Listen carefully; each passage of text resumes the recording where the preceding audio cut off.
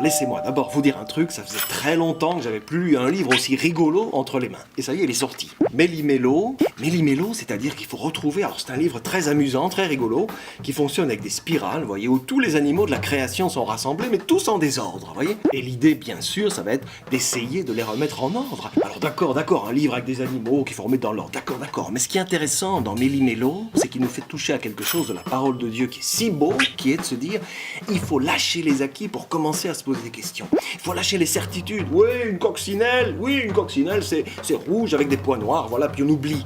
Non, on lâche les certitudes et on commence à se poser des questions. Et la question ici, dans le Méli-Mélo, c'est, et si Dieu avait créé, ou Dieu a-t-il vraiment créé? Vous voyez, on renverse la chose pour être à nouveau émerveillé et étonné. Bon, par exemple, Dieu a-t-il créé le homard avec un pelage tacheté?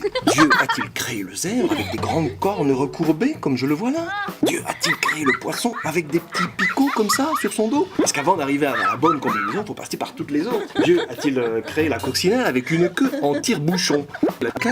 Ah ouais, ça c'est juste.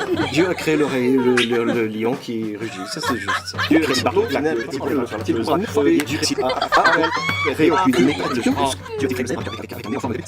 Bon allez voilà, Méli-Mélo, c'est le livre le plus rigolo sur les animaux, le plus rigolo sur l'idée que Dieu est un artiste immense et prodigieux qui nous surprend toujours et encore. On est si sûr qu'une coccinelle n'a pas une queue ou des plumes, hein, on n'est pas sûr, hein, on est sûr que de ce qu'on a vu. Et ça c'est pile l'invitation de Dieu pour nos vies, dès le moment où on a quelques années, mais quand je dis c'est rigolo pour tout le monde.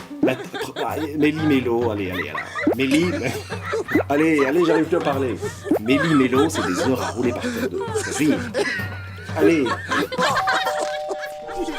Attention, la Bible peut faire gravement du bien à la santé. Ne jamais la tenir hors de portée des enfants.